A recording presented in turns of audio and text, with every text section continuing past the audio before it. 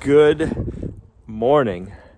A little bit of a snow squall this morning. It's 33 degrees out. We've had some perfect temperatures for hanging the sheep for the last 2 days.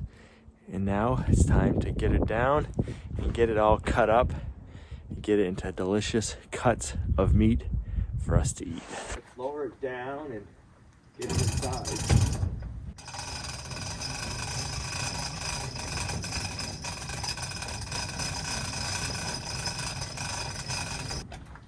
Bam! The other day I processed the sheep and hung it for 2 days. This sheep we've been raising on our homestead on pasture. And now it is time to cut it up into some delicious cuts of meat. I'm gonna get my umbrella out. There we go. Alright.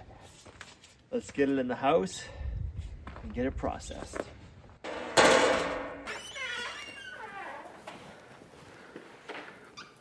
Wow. We've got our 51 pounds of lamb wrapped in a game bag so that way it doesn't dry out, because they say lamb, sheep, whatever you want to call it, dries out pretty quickly. So if you can keep it covered in something when you're hanging it, it keeps it moist so you don't have to waste a lot of meat trimmings. So we have never cut up our own sheep before. This is the first time we've ever raised sheep on the homestead. We've cut up chickens and pigs before.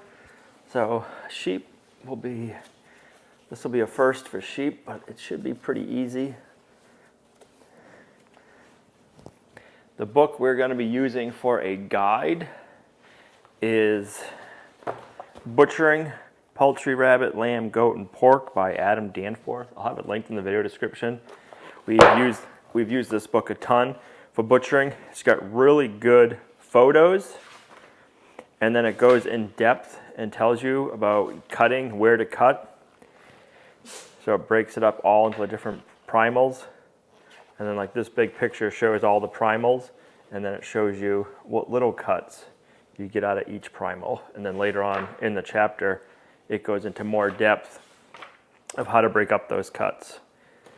So even for us, like when we're cutting up our pigs, we know how to do it. It's really nice to have this as a guide, so if you forget, because we don't do it all the time, you can go back and be like, oh yeah, that's what I need to do. So this is what we'll be working with today.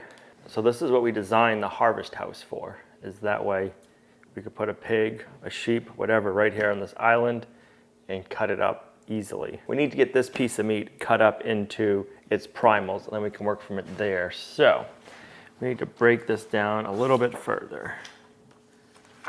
All right, I gotta cut the sternum open.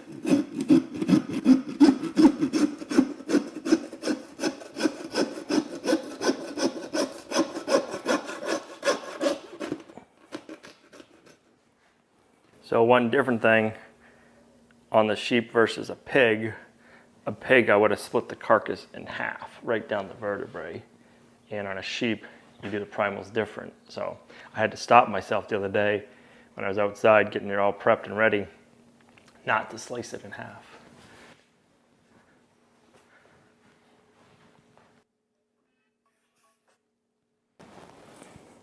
Oh yeah, watch your hand.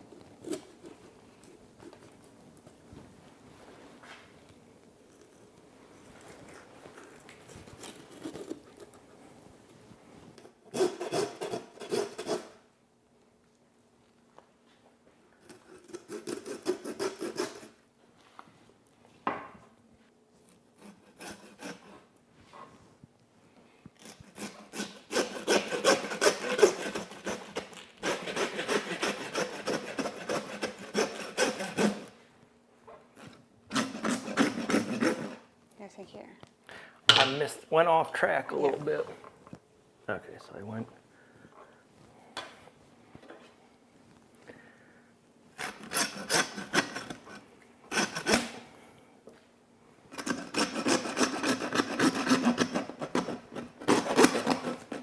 It won't be the prettiest, but it'll do.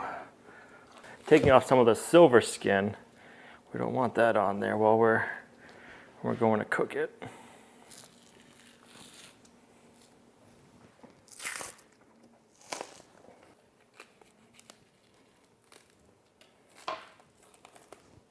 The best way to describe that stuff is like cellophane.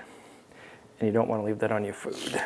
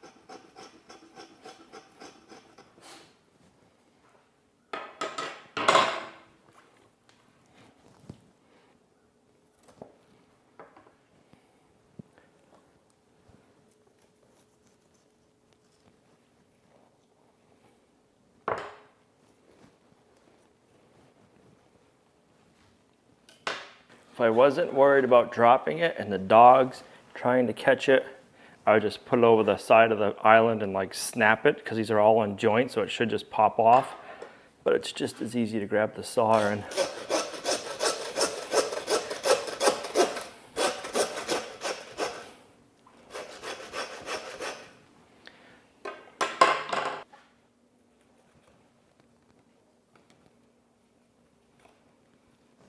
bam.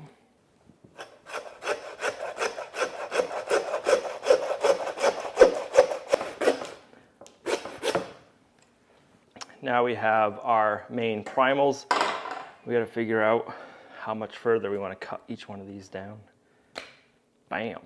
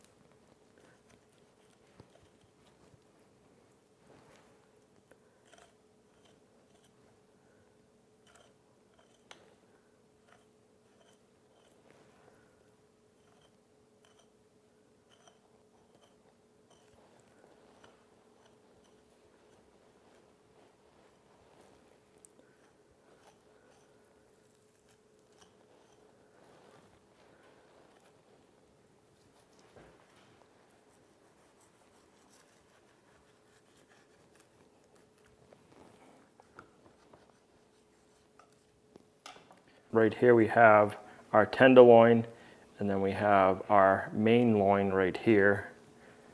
So let me take off one more tenderloin.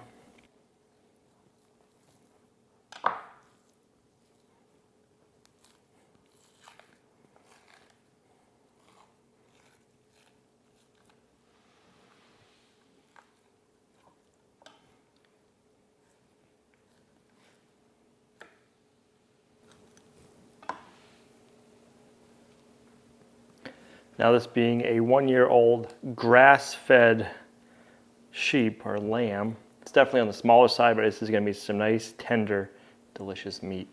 All right, now that we have it cut in half that way, I'm going to cut the rib bottom off.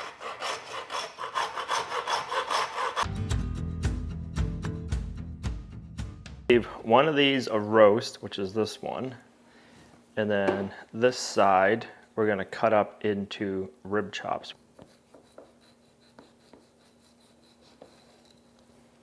That looks good too.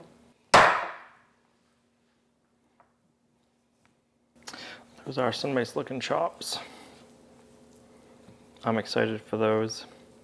Gina really wants the chops, and I'm really looking forward to the roast, so we're compromised. One's a roast and one's is chops. No matter which way we do it, they're all going to be delicious. I think that you're making it sound not as good. It's a rack of lamb. Okay, so a rack of lamb is what this one's going to be. To me, it's still more of a roast, but it is technically called a rack of lamb. And then these chops, this right here is going to be one male. All right. Now we got one leg. Get this cut up into some roast.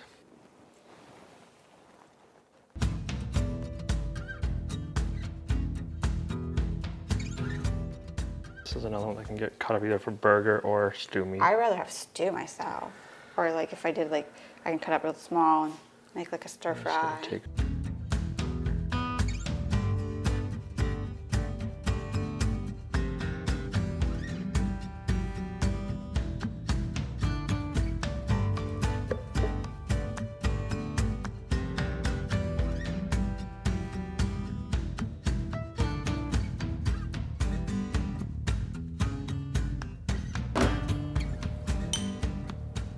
We're all done cutting up the meat. Gina's just cutting up the stew meat into stew meat pieces.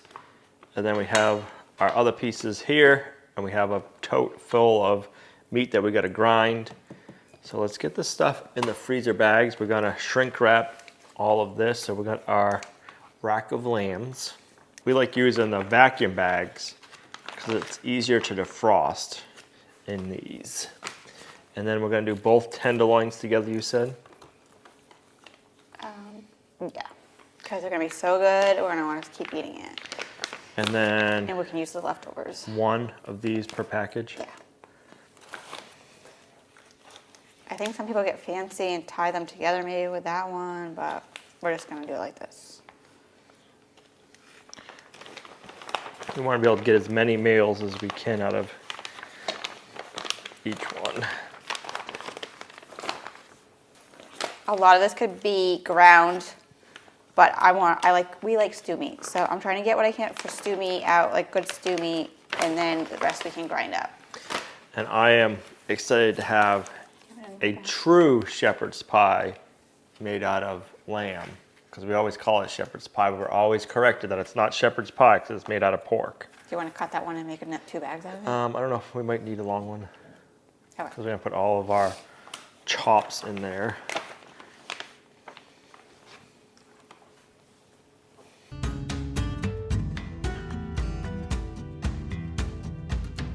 All right, so that'll be one.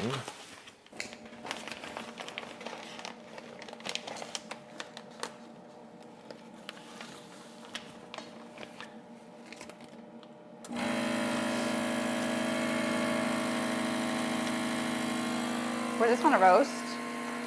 Yes.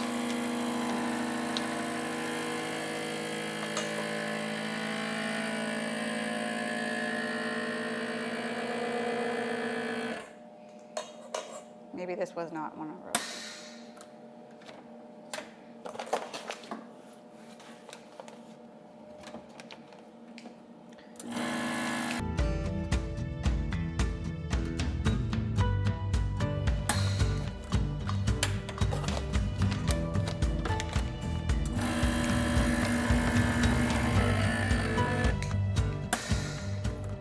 So I had an idea. So I'm gonna take this and I'm gonna put it on my scale and I'm gonna tear it out. Probably doesn't really weigh anything. What's to my units? 2 pounds. I wanna tear it out at 0. And then as we grind our burger, I'm gonna put it in so then I'll know if I have 1 pound and then I'll seal it up. So we have a Convair 22 grinder.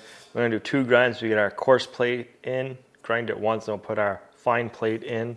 So I'm gonna load this top tray up with a bunch of meat. And then we can put our tray underneath it. And this thing is crazy what it'll eat.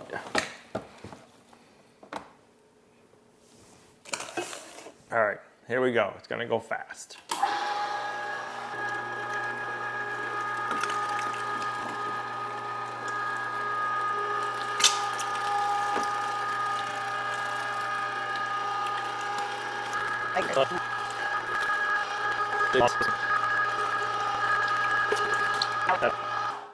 Okay, so now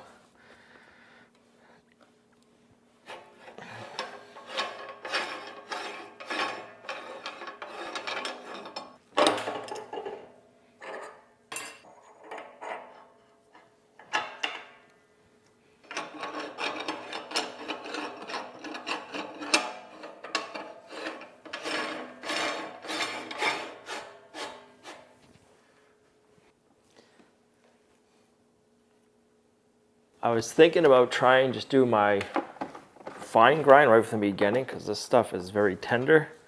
But I figured instead of messing anything up, let's just grind it twice. I think grinding it twice will help mix in all the fat with the meat. We don't have a ton of fat, so it'd be nice to get it mixed in all together. And it really doesn't take that much longer. No. Watch your fingers.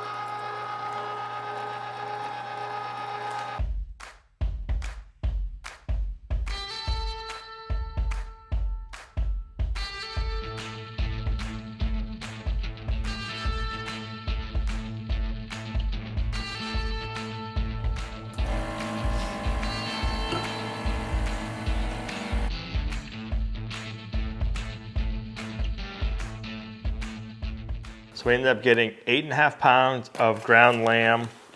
We have one stew meat here. I think there was one right here. Another stew meat there. Right here. Stew meat. Okay, so 3 stew meats. And I think one in the fridge. No, I took one out. Okay. So 3 stew meats, not sure the weight of those. We got lamb chops, 1, 2, 4, 6, 8 lamb chops. And then we have a rack of lamb. We have 2 boneless roasts. We have 2 tenderloins in one package. And then we have 2 loins, boneless.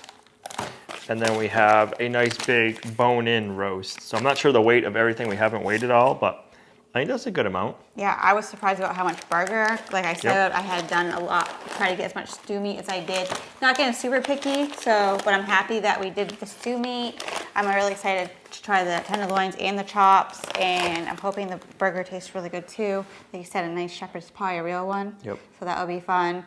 And then it'll be this fun our- trying to mix it half and half with pork Right. to see how the lamb and pork is together. Yeah, and this is our first time doing a lamb. We actually had planned on having 2, but that didn't end up working out. But I mean, I'm happy. I mean, as long as Yeah. I think it should taste good. So, Hopefully it tastes good. We'll find out. All grass-fed, pasture-raised, so So now we can decide if it's something we want to pursue and do more lambs in the future or not, or if we're like, we're good. So Yep. it's a good way to try it out. right. This is the first step to tell if we want to raise more lambs in the future on the homestead. We want to make sure that we really enjoy the meat before we go gung-ho in raising them. It's that time of the year to start getting baby lamb, so we got to find out if we like it before we get more. Right.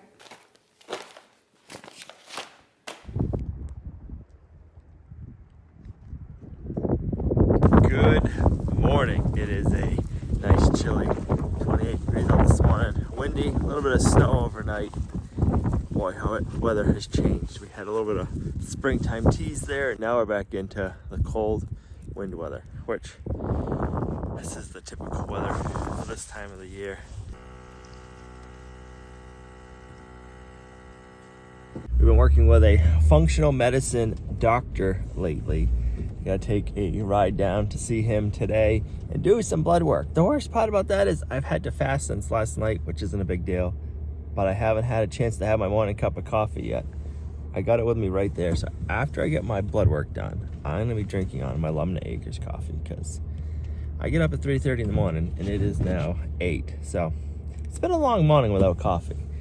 That is the worst part. We're doing the functional medicine. It's kind of like Eastern medicine and Western medicine meet each other. So it's the best of both worlds. There's nothing wrong with us. It's just we want to keep up on our health, make sure we're staying healthy and what we need to do to stay healthy.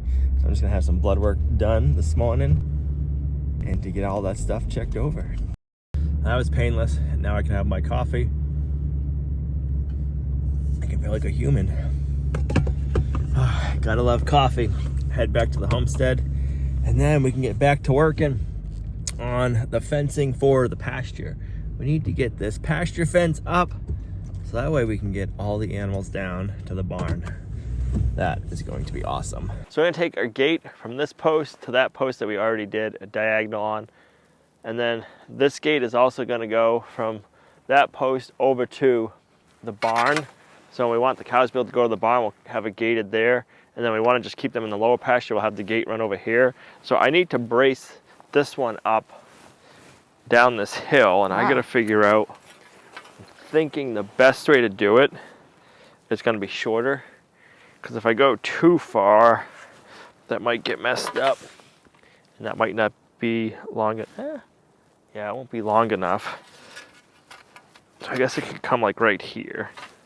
And that would probably work.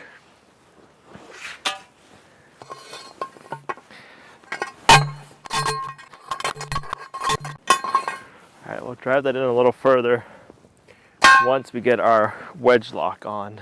So many little steps, but it's gonna make it good and strong and last, so we're not having to fight it and keep fixing it.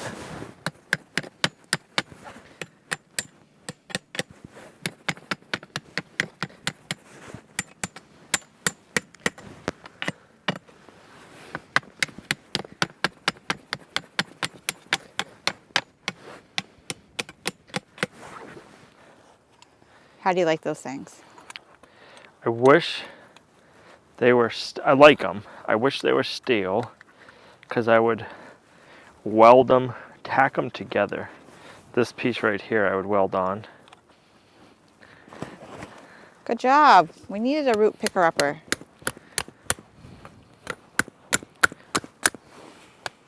I wonder why you're gonna go all the way over there for that. Sit. Good boy. Good boy.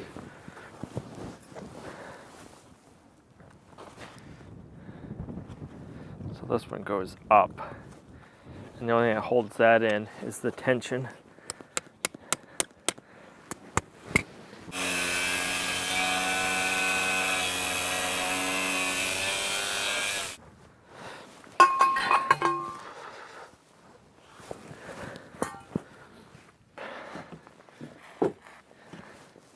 You got your stick?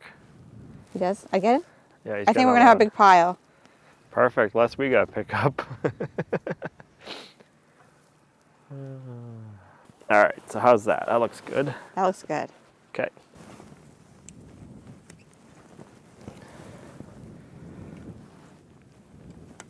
There. That'll take care of that. So let's go up to that gate. We'll do one over there, and then we have one more to do over there. You have another one?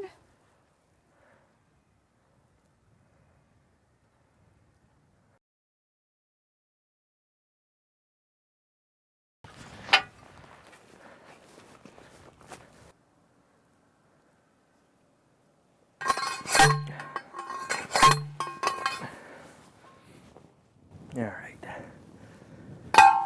Let me get some wedge locks. Well, Brutus lost his privileges. Every day we let him off his leash and let him go into his thing, but to make sure he's coming back, that he kind of stays around. And he keeps doing better and better every day. This time he took off a little longer, a little further away, and he wasn't coming back. So now he's hooked to us again, but he's just really good. And that's one of the hardest things they say, is to get them to come back, to recall. And I think he's doing really good. So maybe in a couple of weeks he'll just be out and about. He's so cute. All right, last one. We got to go in the ditch, I think. Ugh. Yeah, if we go like right here, that should be good. Can you reach it? Yeah.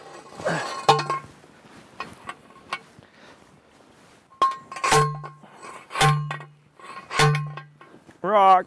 Really? I think so. It's not doing anything.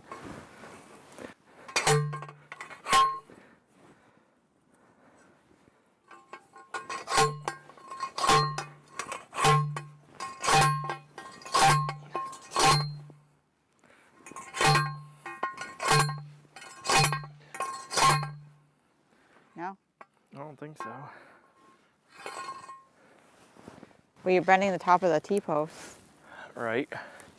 Oh, maybe they're all like that. I don't know. No, I split it too. There's something there for sure. I shouldn't have said anything.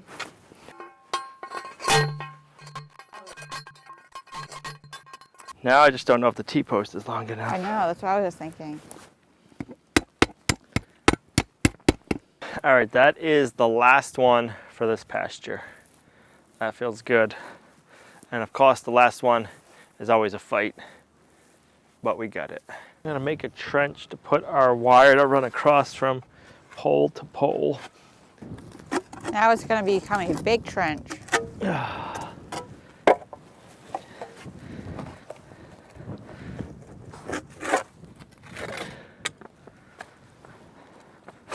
Hopefully that's the only one.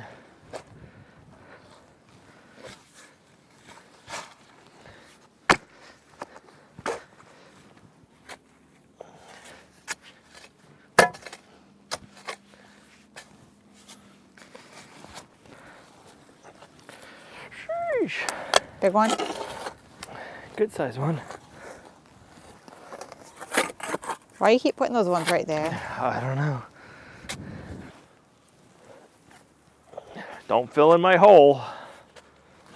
I'm almost ready. No. Thank you. Good boy. All right, now we can run our wire. All right, I'm gonna run this up the T-post for now, and then I'll bury it. Set it here like this for now. So the reason we're running this wire is so we can have power to the other side of the fence, even when the electric fence gate is unplugged. And we're gonna have it set up so when you unhook the electric fence gate from that side, it won't be electrified until it's hooked back up. And this will run the power over there, so we don't have to worry about killing power to that side of the fence. Don't step there. It's a little muddy. Think I got something for you? Big What toy. is that? Wow.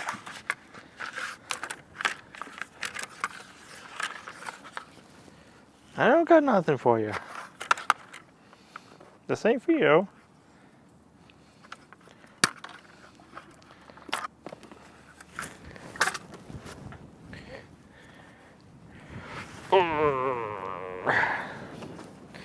That's what I got for you, a headlock.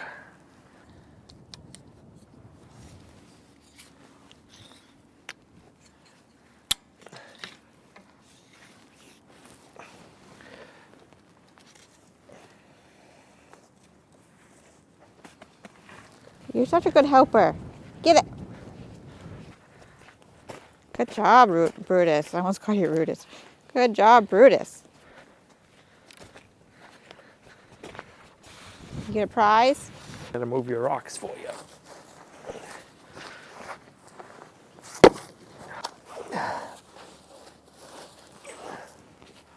Workout. Yep. No need for CrossFit.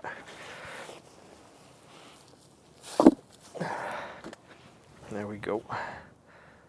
We got room for a few more when we find them. So the side that latches, which will be this side, we get hooked to this metal clip, and the electrical wire to energize it is going to go to the bottom. So when you unhook the handle that has the spring on it, from that, this will be disenergized because you won't have this side hooked up to the power. It'll just be hooked up to the post, but not energized. But then that way, when it's hooked here, it will be energized. Cool. So that way when you take it off and you're moving your gate, you don't got to worry about this pot shocking you. Right. Make it a little bit nicer.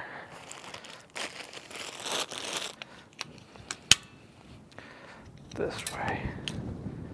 And then it's pulling this way, it won't undo. I can flip that around after. So can you get those yellow things black or no? No. I only have seen them yellow and white. It's just like a warning sign, like, Must oh, this be. is, yeah. Yeah, but then this part you can get black.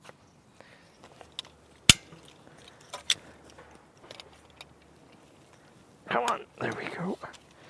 So then the spring gets hooked to this.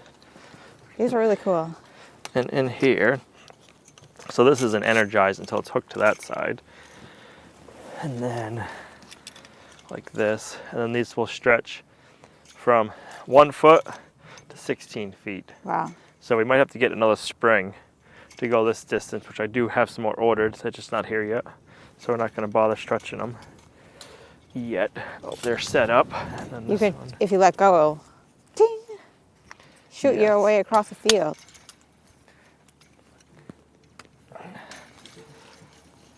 But I really like these. Did you see them somewhere? I don't remember. I got them from Premier One. I don't remember how I found them, if I was just on there looking up gates or what. And then we're going to be setting up some other pastures. And when we set up our other pastures, we want to be able to have like an alleyway between pastures.